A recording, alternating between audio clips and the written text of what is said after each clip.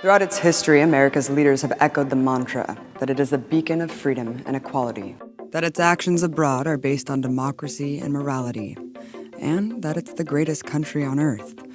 America's actions, we've been told, have been for the greater good, that its citizens are in this together, united under the banner of one nation under God. But history tells a different story. When we think of empire, we think of ruthless civilizations like Rome, where an emperor class reigns supreme over the masses, brazenly conquering and enslaving their neighbors. But these feudal remnants linger still today, and despite the trappings, the core system of empire remains. As colonialism advanced, empires swallowed up the last indigenous lands. Most egregiously, at the Berlin Conference in 1884, European superpowers sat down at a negotiating table and divided up Africa for themselves, eviscerating the last bastion of autonomy on the continent. But as empires expanded, their appetite grew bigger than the planet. The feeding frenzy came to a head in 1914, when the rulers of competing empires led 17 million people like cattle to the slaughter. In the midst of the global massacre, empires continued to redraw the world for themselves. Under the Sykes-Picot Agreement of 1916, the UK and France drew their own borders in the Middle East, deciding the fate of millions and showing how arbitrary borders really are. Their unquenchable thirst for power and profit led the empires to clash again barely 20 years later, with unspeakable horrors claiming the lives of 16 million human beings, culminating with the most catastrophic weapon the world has ever seen. The use of the atomic bomb against the civilian cities of Hiroshima and Nagasaki was a defining act of terror that cemented America's standing as military supreme. And from then on, it cast its shadow as the new reigning empire. The centers of the world's powers were left decimated, except one, and the victor built a new order under its hegemony. A club of empires formed in its aftermath, united against a common enemy: self-determination. In 1949, the US, Canada, and 10 European states formed NATO, insisting it was a defensive alliance. Yet NATO has carried out a strategy of containment through countless wars of aggression. For Saddam Hussein, possession of the world's most deadly weapons is the ultimate trump card, the one he must hold to fulfill his ambition. Organizations like the UN give the facade of civilized diplomacy and legality, but time and again it's shown that military might trumps morality. The US routinely breaks international laws and treaties with no repercussions from the international body. And when it needs UN backing for illegal wars, well, it just bullies its members for endorsement. Intervention after intervention, this growing empire has subverted the democratic processes of dozens of countries, undermined the people the world over, and installed countless dictators loyal to its will. War after war, it has swallowed up or attempted to destroy any land that has not capitulated to its demands. Even within their own borders, in cases where its own people dissented, the empire deployed the military against them. Incidentally, every intervention seems to follow a similar trend. In Latin America alone, the US military has intervened 56 times to determine the destiny of other nations. But let's just look at 3 examples. In 1944, a revolution in Guatemala overthrew US-backed dictator Jorge Ubico and elected Juan José Arevalo in the first free elections. But his progressive reforms offended the United Fruit Company and other corporations' rule of the island. So after bombing Guatemala City, President Truman authorized the overthrow of Arevalo's democratically elected successor, Jacobo Arbenz, in 1952. The brutal display marked the beginning of a 36-year civil war ruled by US-backed dictators and death squads, where 200,000 Guatemalans were killed. In the Dominican Republic, the people democratically elected Juan Bosch to power in 1962, after being ruled by a US-trained dictator for 31 years, whose reign is considered one of the bloodiest in all of the Americas. Just 1 year later, Bosch was overthrown by a US-supported fascist military coup. But growing resistance led President Johnson to deploy more than 22,000 troops in the DR in 1965, killing 3,000 people and enabling the military occupation to continue for decades. Then there's Chile, where the U.S. spent $6 million to undermine leftist leader Salvador Allende before he was even elected in 1970.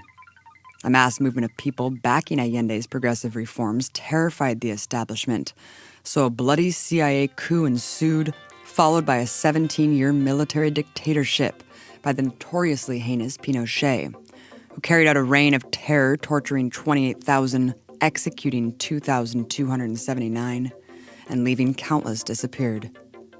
The U.S. rarely leaves any country it intervenes in. Now, there's an estimated 800 military bases around the world, spanning 63 countries officially. An absurd 179 exist in Germany alone. Yet the number is over 70 when you count anywhere with a sizable troop presence or combat operations. And broadening the definition to any U.S. troop presence encompasses virtually every country on Earth. I sat down with David Vine, anthropology professor at American University and author of Base Nation. You would think it wouldn't be that hard.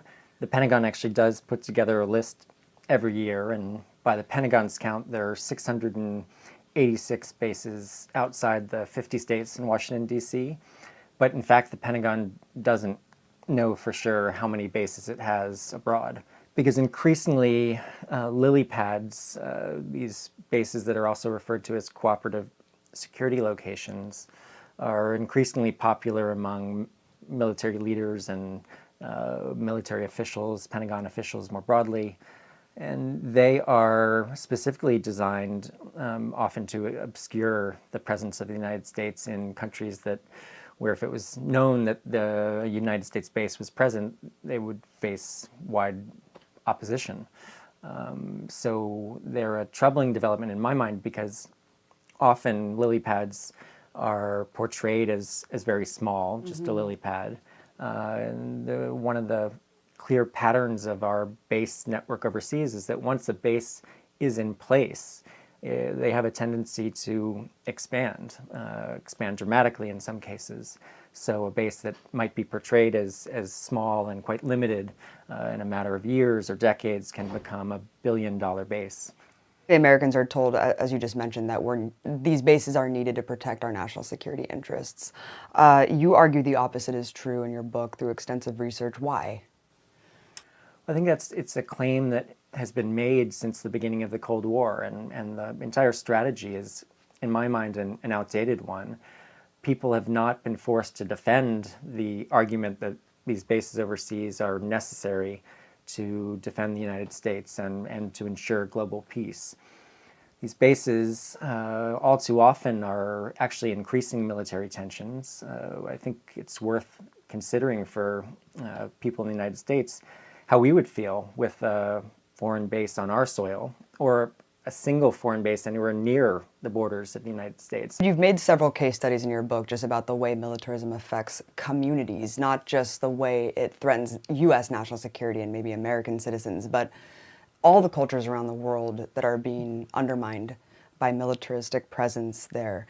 Talk about Okinawa, Japan, because you mentioned in your book, it's not that there's bases there, it's that the entire island is essentially one giant base. In Okinawa in particular, incidents of rape, murder, accidents involving military personnel that, of course, naturally inflame local anger and lead to what have been unprecedented protests in Okinawa, people upset about the way they're being treated by what they often see as an occupying force. And it's worth remembering that the U.S. military formally occupied Okinawa and ruled Okinawa as essentially a colony of the United States until 1972, at which point the island was returned to Japan, but many people feel like the occupation has never ended. I wanted to speak on Guantanamo Bay. I think this is one of the most absurd examples, not only because of the detention facility,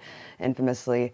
It's a perpetual occupation of a sovereign land, and for over 50 years, they weren't even cashing the rent checks for the base. And then Raul Castro, once this normalized relations dialogue is happening, he says, give us back Guantanamo, and we have our government saying it's off the table. In most cases, the United States is able to disguise occupation through pressuring local elites, through the money expended to maintain the bases that keep enough elites happy. In Cuba, we see a just very transparent colonialist, imperialist occupation of a foreign land that's been going on since U.S. leaders were unabashed about declaring the United States an empire. The turn of the 19th to 20th century, there was great pride among U.S. leaders in developing a collection of colonies and effectively controlling countries like Cuba, even though they weren't formally part of the United States. And this policy has essentially remained in place and is another egregious example of how our bases are all too often fundamentally undemocratic and are in direct contradiction to the highest ideals of democracy that I think many of us in the United States would like to hold up. You also talk in your book extensively about the hypocrisy of this human rights rhetoric when it comes to U.S. cooperation with countries that are hosting U.S. bases. So often, U.S. leaders have trumpeted the bases as spreading democracy and a force for good and for democracy in the world, when there's also a clear preference that we see the U.S. military having for maintaining bases in undemocratic countries, in countries ruled by repressive regimes. So we see our bases all too often propping up these undemocratic, repressive, often violent regimes and actively suppressing pro-democracy movements. So that is certainly part of the explanation. Many of the undemocratic countries in which U.S. bases are located are found in the Persian Gulf. The U.S. has bases in every Persian Gulf country except Iran, and large numbers of bases, a growing infrastructure that has been expanding for the last 30 years. And of course, these bases are directly related to the presence of oil and natural gas supplies and the desire of U.S. leaders to dominate this strategically critical part of the world. Is this just the nature of empire? The economic forces in particular and the political forces have come to drive the empire. The U.S. public has little to say about how the U.S. operates around the world, the wars it launches. The system has gotten out of control of any individual or any party or any individual political leader. And it's the system that needs to be undermined. Eisenhower's warning about the military-industrial complex seems quaint compared to the beast it is today. Out of the 1.1 trillion U.S. tax dollars used for discretionary spending in 2015, an insane 54%, or $599 billion, goes purely to military expenses. To put into perspective, America spends more on its military than the next 7 countries combined. Compare that to only 6% spent on education and a pathetic 6% on healthcare. Even more infuriating are the billions of dollars the U.S. throws at useless military toys. For example, America just bought itself a sweet $13 billion warship to fight all of our upcoming ocean battles. What else could $13 billion pay for? Oh, just over 305,000 teachers' salaries, send over 1.5 million students to college for free, or house 1.3 million people, more than double the amount of homeless in America. Why is such an outrageous squandering of resources acceptable?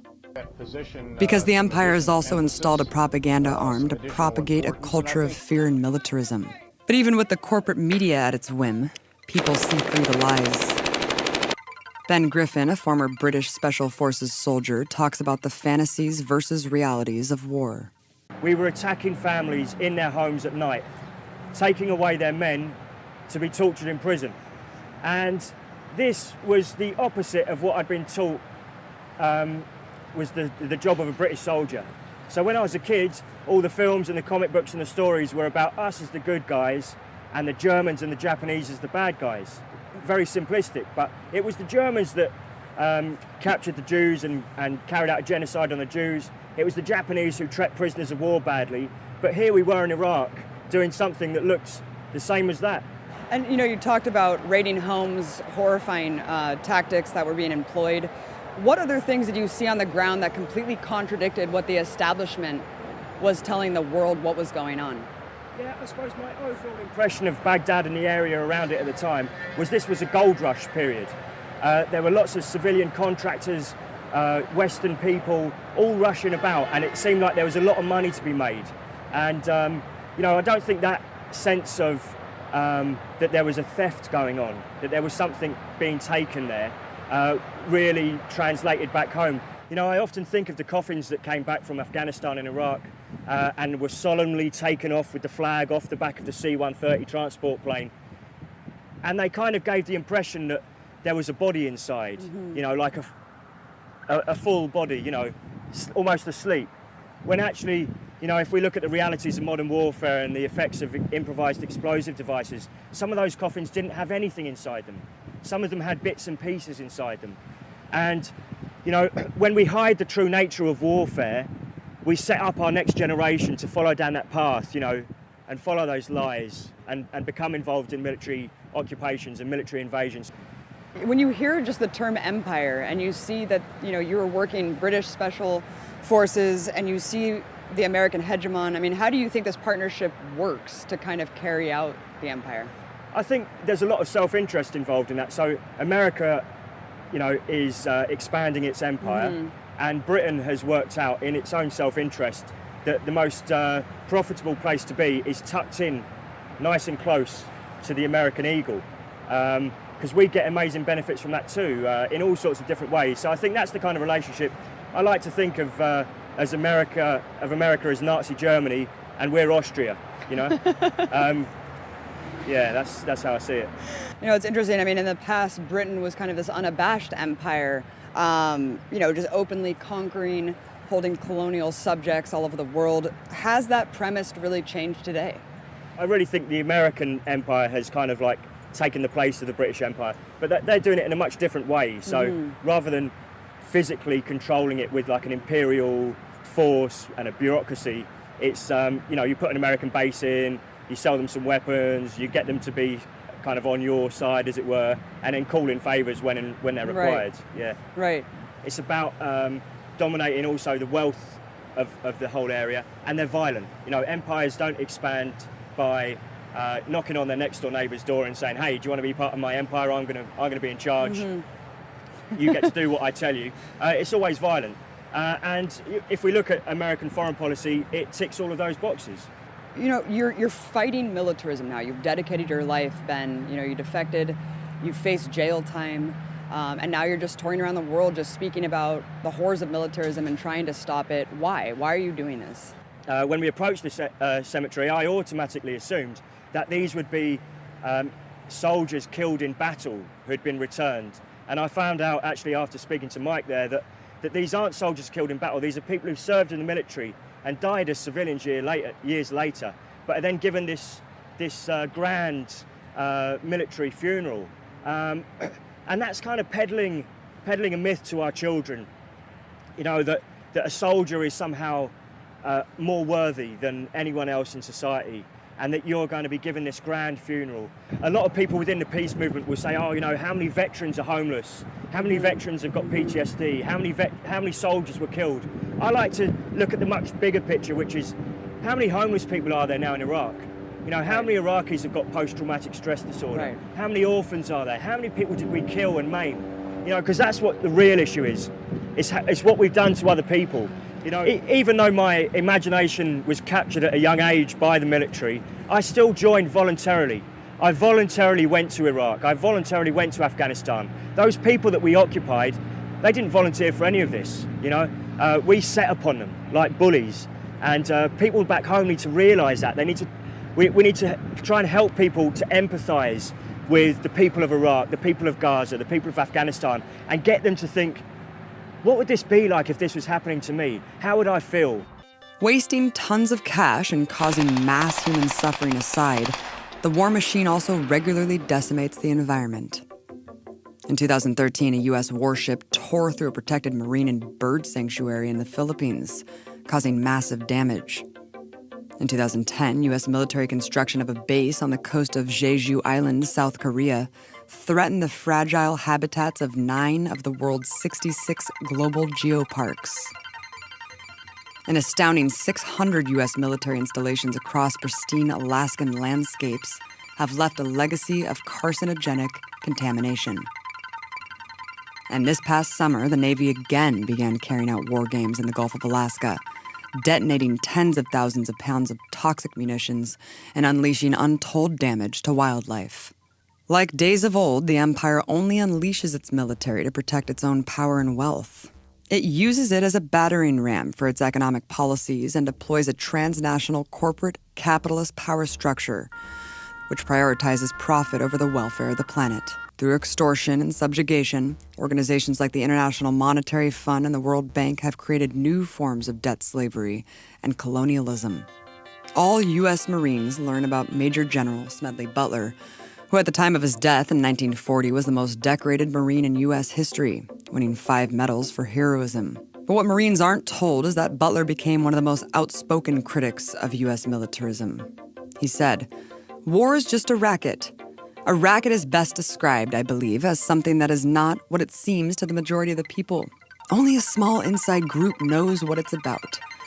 It's conducted for the benefit of the very few at the expense of the masses." I served in all commissioned ranks from second lieutenant to major general, and during that period I spent most of my time being a high-class muscle man for big business, for Wall Street, and for the bankers. In short, I was a racketeer, a gangster for capitalism. I helped make Mexico safe for American oil interests in 1914.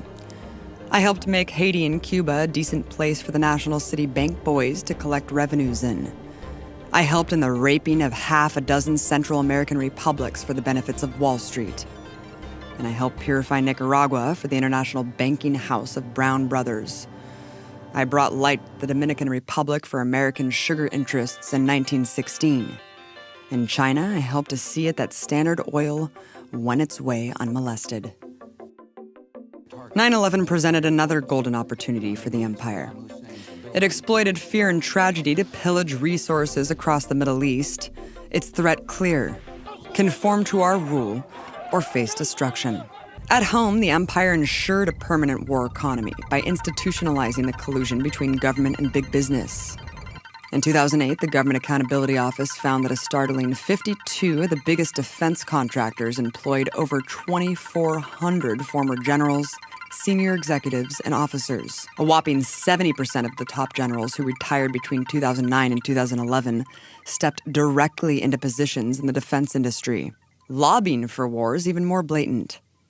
Of the top 10 corporate PAC donors in 2015, half were defense contractors and war profiteers. And what do you know? Turns out that the top 4 politicians with the most authority over defense spending are also the top 4 recipients of defense behemoth Lockheed Martin.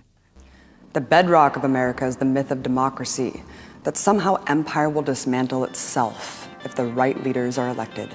Then we can just go back to what the founding fathers intended this country to be. But America was founded on colonization, the extermination of an indigenous population, and the enslavement of an entire race, all of which laid the foundation to its rise to empire. At home, the empire rots. Economic warfare abounds. In the richest country in human history, millions sit in poverty. Militarized riot cops stalk with impunity. Racism entrenched. The surveillance state spies unhinged, and political opposition incessantly quashed. The system can't afford alternatives, and we've seen how far it will go, with no remorse. It's a machine that runs on death and destruction, killing thousands of our brothers and sisters every day. But every empire falls.